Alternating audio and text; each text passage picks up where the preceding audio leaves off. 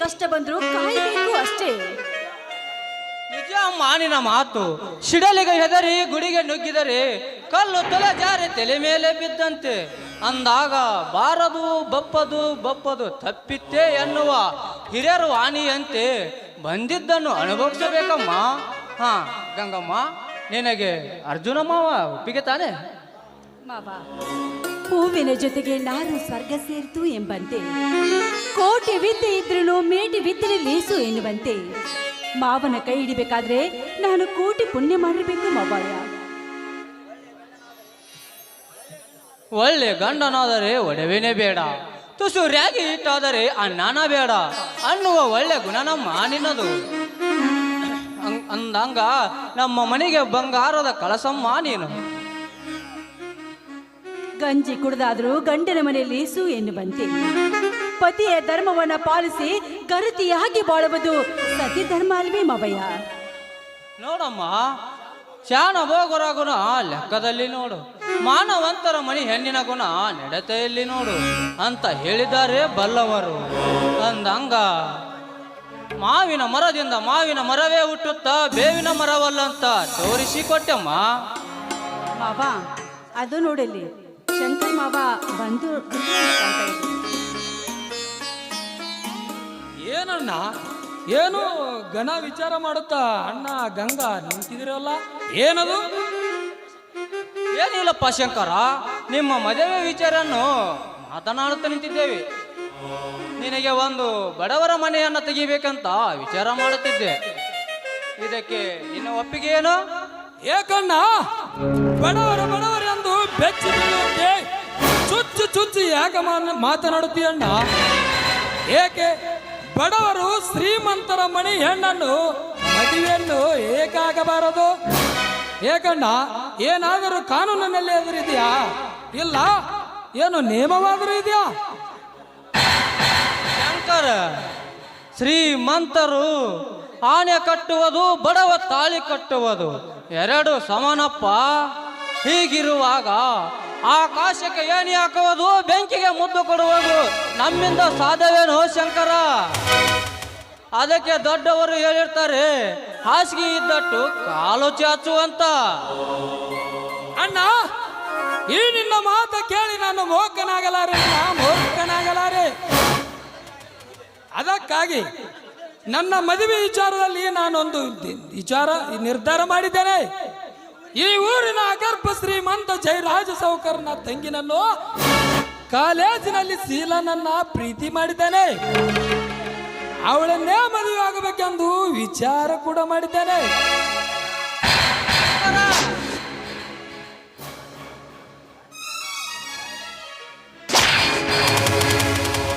ಗೆಳತನದ ಗುಣಗಳು ಬಡತನದಲ್ಲಿ ನೋಡಬೇಕ ವಿನ ಶ್ರೀಮಂತಕಿತನದಿಂದ ಅಲ್ಲಪ್ಪ ಶಂಕರ.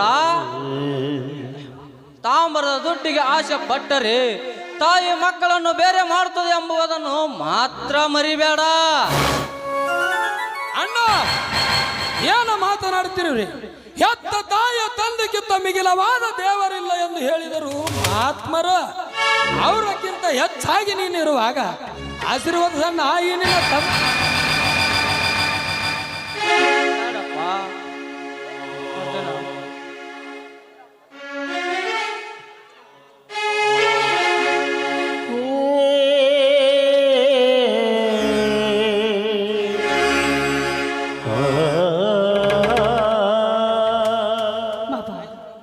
ಹೋಗ್ಲಿ ಬಿಡು ಮಾವಯ್ಯ.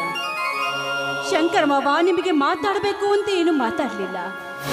ಅದೇನು ಹೇಳ್ತಾರಲ್ಲ, ಅರಸನ ಮಗಳಾದರೂ ಸರಿ ಪುರುಷನಿಗೆ ಸತ್ಯ ಹಾಕಬೇಕು ಅಷ್ಟೇ. ಅದರಂತೆ ಅವನು ಇಷ್ಟಪಟ್ಟಿದ್ರಲ್ಲಿ ತಪ್ಪೇನಿದೆ ಹೇಳು?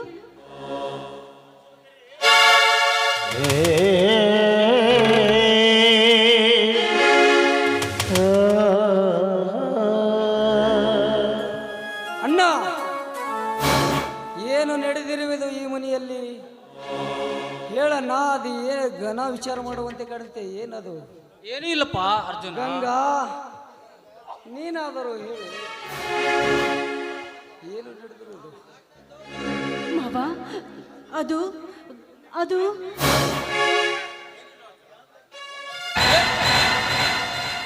ಏನೂ ಇಲ್ಪ ಅರ್ಜುನ, ನಿಮ್ಮ ಮದುವೆ ವಿಚಾರವನ್ನು ಮಾಡುತ್ತಿದ್ದೆ. ಅದಕ್ಕೆ ತಾಯಿ ಇಲ್ಲದ ನನ್ನ ಅಕ್ಕನ ಮಗಳ ಗಂಗಮ್ಮನನ್ನು ನಿನಗೆ ತೆಗೆದುಕೊಳ್ಳಬೇಕಂತ ವಿಚಾರ ಮಾಡುತ್ತಿದ್ದೆ. ಅದಕ್ಕೆ ನಿನ್ನ ಒಪ್ಪಿಗೆ ಏನು? ಅಣ್ಣ, ಏನಣ್ಣ ನಿನ್ನ ಮಾತು? ತಾಯಿ ತಂದೆ ಇಲ್ಲದ ತಬ್ಬಲೆಗಳನ್ನ ಆಡಾವು. ನೀನು ನಮ್ಮನ್ನ ಸಾಕಿ ಸಲವಿದ ತಂದೆಯಪ್ಪ. ನಿನ್ನ ಮುಂದೆ ಒಪ್ಪಿಗೆ ಕೊಡಷ್ಟು ದೊಡ್ಡವನಲ್ಲ ನಾನು, ದೊಡ್ಡವನಲ್ಲ.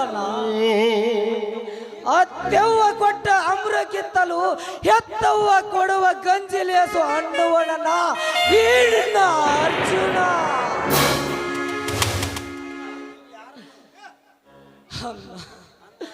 ನೀನು ಕಣ್ಣು ಮುಚ್ಚಿ ಯಾರನ್ನೇ ತಾಳಿ ಕಟ್ಟುವಂತ ಅವಳಿಗೆ ಹೇಳಿದರೆ ಸಾಕು, ಅದರಲ್ಲಿ ಸಂದೇಹ ಇಲ್ಲ, ಸಂದೇಹ ಇಲ್ಲ. ಸಾರ್ಥಕ ಆಯ್ತಪ್ಪ ನಿನ್ನಂತ ತಮ್ಮನ ಬಡದ ನನ್ನ ಚಲಮ. ಅರ್ಜುನ, ತುಂಬಿದ ಕೊಡ ತುಳುಕುವುದಿಲ್ಲಂತ ತೋರಿಸಿಕೊಟ್ಟಿ ಈ ಸಮಾಜದಲ್ಲಿ ನನ್ನಂತ ಹಿರಿಯ ಅಣ್ಣಂದಿರಿಗೆ. ನೋಡು ನೋಡು, ನಿನ್ನಣ್ಣನಾದರೂ ನೋಡಿ ಕಲಿತುಕೋ, ಅವಾಗಾದರೂ ಬುದ್ಧಿ ಬರುತ್ತೆ. ಹೋಗ್ಲಿ ಬಿಡು ಬಾಬಾ. ಶಂಕರ್ ಮಾಮ ನಿಮಗೆ ಮಾತಾಡಬೇಕು ಅಂತ ಏನು ಮಾತಾಡ್ಲಿಲ್ಲ. ಅದೇನೋ ಹೇಳ್ತಾರಲ್ಲ, ಅರಸನ ಮಗಳಾದ್ರೂ ಸರಿ ಪುರುಷನಿಗೆ ಸತಿ ಆಗ್ಲೇಬೇಕು ಅಂದಂತೆ. ಶಂಕರ್ ಮಾಮ ಇಷ್ಟಪಟ್ಟಿದ್ರಲ್ಲಿ ತಪ್ಪೇನಿದೆ ಹೇಳು? ಬಡವನ ಅತಿ ಆಸೆ ಗತಿಗೆಡಿಸುತ್ತಂತೆ. ಅಷ್ಟೇ ಯಾಕಮ್ಮ, ಮನೆಗೆ ಬರುವ ಹೆಣ್ಣಿನ ಗುಣ ಪುರುಷನ ಪುಣ್ಯ ನಾರಿ ಭಾಗ್ಯದಲ್ಲೇ ಇರುತ್ತಂತೆ. ಆದಾಗ ಮನೆಗೆ ಬರುವ ಹೆಣ್ಣು ನಾರಿಯಾಗಬೇಕಮ್ಮ, ಮಾರಿಯಾಗಬಾರದು. ಅಣ್ಣ, ಹೋಗ್ಲಿ ಬಿಡಣ್ಣ. ಎಷ್ಟೇ ಆದರೂ ನಮ್ಮಿಬ್ಬರ ಮುದ್ದಿನ ತಮ್ಮ ಅಲ್ಲವೇನಣ್ಣ ಶಂಕರ? ಅಣ್ಣ, ಎಂತ ಹುಡುಗಿಯನ್ನು ಪ್ರೀತಿಸಿದರು ಅವನು, ಅವಳನ್ನೇ ತಂದು ಮದುವೆ ಮಾಡುತ್ತೇನೆ. ಈಗಿನ ಕಾಲದಲ್ಲಿ ಪ್ರೀತಿ ಪ್ರೇಮ ಎಂಬುದು ಪ್ಯಾಷನ್ ಆಗಿಬಿಟ್ಟಿದೆ ಅಣ್ಣ, ಪ್ಯಾಷನ್ ಆಗಿಬಿಟ್ಟಿದೆ. ಶಂಕರ, ಅಣ್ಣ ಹೊಡೆದಿದ್ದಕ್ಕೆ ನೀನೇನು ಬೇಜಾರು ಮಾಡಿಕೊಳ್ಳಬೇಡಪ್ಪ, ಬೇಜಾರು ಮಾಡಿಕೊಳ್ಳಬೇಡ. ನೀನು ಪ್ರೀತಿಸಿರುವ ಹುಡುಗಿ ಈ ಯಾರೆಂದು ಹೇಳಪ್ಪ, ಹೇಳು ಹೇಳು ಹೇಳು, ನನ್ನ ಕೇಳುತ್ತಿದ್ದನ ತಾನೇ, ಹೇಳು. ಅಣ್ಣ, ಅದು ಅದು ಅಣ್ಣ ನೀನೇ ಹೇಳಿಬಿಡು ಅಣ್ಣ. ಇವ ಅರ್ಜುನ, ಇವ ಹೆಂಗೆ ಹೇಳ್ತಾನಪ್ಪ? ಇವನು ಪ್ರೀತಿಸಿದ ಹುಡುಗಿ ಬೇರೆ ಯಾರು ಅಲ್ಲ, ನಮ್ಮೂರಿನ ಜೈರಾಜ್ ಸಾವ್ಕಾರ ನಮ್ಮ ತಂಗಿ ಶೀಲಾಳಂತೆ. ಶಂಕರ, ಎಂತ ವಿಷ ಸರ್ಪದ ಜೊತೆ ಸಂಬಂಧ ಬೆಳೆಸಿದೆಯೋ? ಆ ಸರ್ಪ ಕಚ್ಚಿ ವಿಷ ಕಕ್ಕದೆ ಬಿಟ್ಟಿದ್ದೇನಪ್ಪ. ಈ ಜನ್ಮದಲ್ಲಿ ಎಂದಿಗೂ ಸಾಧ್ಯವಿಲ್ಲ ಅಂತವರ ಜೊತೆ ಸಂಬಂಧ ಮಾಡುವುದು ಎಂದರೆ ಎಂದಿಗೂ ಸಾಧ್ಯವಿಲ್ಲ ಶಂಕರ, ಸಾಧ್ಯವಿಲ್ಲ. ಅದನ್ನು ಬಿಟ್ಟು ನನ್ನ ಪ್ರಾಣವನ್ನಾದರೂ ಕೇಳು, ಕೊಡುತ್ತೇನೆ. ಇಲ್ಲವಾದರೆ ಈ ಊರಿನಲ್ಲಿ ಶ್ರೀಮಂತ ಕನ್ಯೆಯನ್ನೇ ಬೇಕೆಂದರೆ ಬೇರೆ ಯಾರನ್ನಾದರೂ ಕಣ್ಣು ಮುಚ್ಚಿ ತೋರಿಸು, ಅವರ ಕೈ ಕಾಲ ಬಿದ್ದು ನನ್ನ ಸರ್ವ ಆಸ್ತಿಯನ್ನೇ ಹೋದರೂ ಚಿಂತೆ ಇಲ್ಲ. ಈ ಊರಿನಲ್ಲಿ ಯಾರು ಮಾಡಿರುವ ತರ ನಿನ್ನ ಮದುವೆ ಮಾಡ್ತೀನೋ ಶಂಕರ, ನಿನ್ನ ಮದುವೆ ಮಾಡ್ತೀನಿ. ದಯವಿಟ್ಟು ನಿನ್ನ ಕೈ ಮುಗಿದ ಕೇಳಿಕೊಳ್ಳಿ.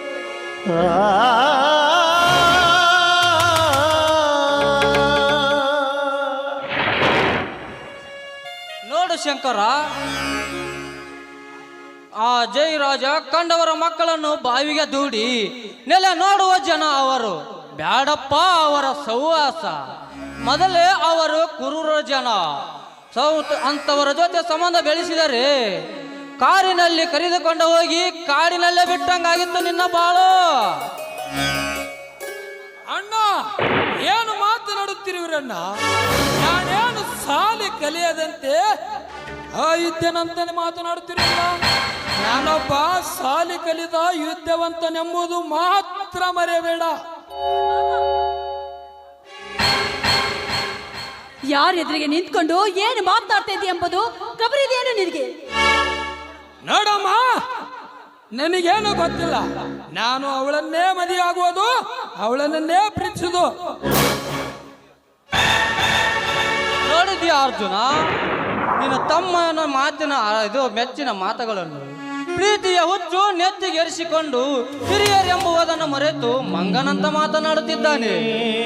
ಇದು ನಿನ್ನ ಮೆಚ್ಚಿನ ತಮ್ಮ. ಮಣ್ಣಿನಿಂದ ಕೌರವ ಕೆಟ್ಟ, ಹೆಣ್ಣಿನಿಂದ ರಾವಣ ಕೆಟ್ಟ ಅನ್ನುವ ಹಾಗೆ ಆ ಜೀವನೇ ಎಲ್ಲಿಗೆ ಹೋಗಿ ನಿಲ್ಲುತ್ತೋ ಆ ದೇವರೇ ಬಲ್ಲ.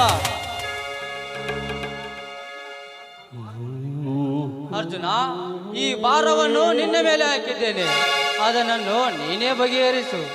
ಅಣ್ಣ, ಆನೆ ಹೊತ್ತವನಿಗೆ ಅದರ ಬಾಲ ಭಾರವೇನಣ್ಣ, ಅದರ ಭಾರ ಬಾಲವೇ. ಈ ಯಾರ ಮುಂದೆ ತಲೆ ಎತ್ತಿ ಬಾಳಬೇಕೆಂದುಕೊಂಡಿದ್ದರು, ಅವರ ಮುಂದೆ ನನ್ನ ತಲೆ ತಗ್ಗಿಸುವಂತ ಮಾಡಿಬಿಟ್ಟನಲ್ಲ ಈ ನನ್ನ ತಮ್ಮ. ಹತ್ತೂರಿಗೆ ಹಮ್ಮೀರನಾಗಿ ಬೆರೆಯುತ್ತಿದ್ದ, ಎಷ್ಟೋ ಬಡವರ ರಕ್ತ ತೀರುವ ಆ ಸೊಕ್ಕಿನ ಶ್ರೀಮಂತನ ರೆಕ್ಕೆ ಪುತ್ರಗಳನ್ನು ಕತ್ತರಿಸಿ ಒಗೆದು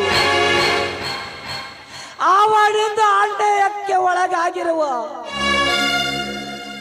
ಆ ಜನರಿಂದಲೇ ಚೀತು ಎಂದು ಉಗಳಿಸಿ ಅವನ ರೆಕ್ಕೆ ಪುತ್ರಗಳ ಕತ್ತರಿಸಿ ಒಗೆಯುವಂತೆ ಮಾಡಲು ಬಯಸಿರುವ ಈ ನಿನ್ನ ತಮ್ಮನ ಕೈಗಳನ್ನು ಕಟ್ಟಿ ಹಾಕಿಬಿಟ್ಟ ಈ ನನ್ನ ತಮ್ಮ. ಸಮಾಧಾನ ಮಾಡಿಕೋ ಅರ್ಜುನ, ಸಮಾಧಾನ ಮಾಡಿಕೋ. ಅವನು ಈಗ ನಾವು ಏನು ಹೇಳಿದರೂ ಕೇಳುವ ಸ್ಥಿತಿಯಲ್ಲಿ ಅವನಿಲ್ಲ.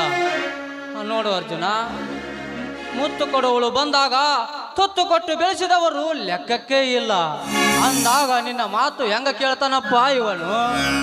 ಮೀಸೆ ಬಂದ ಮೇಲೆ ಮೂಗು ಯಾರಿಗೆ ತಾನೇ ನೆನಪು ಇರುತ್ತೆ.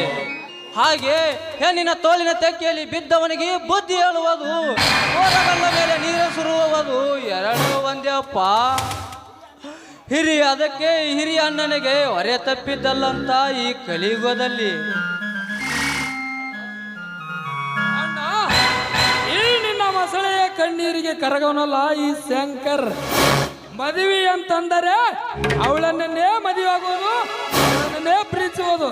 ನಾನಿನ್ನು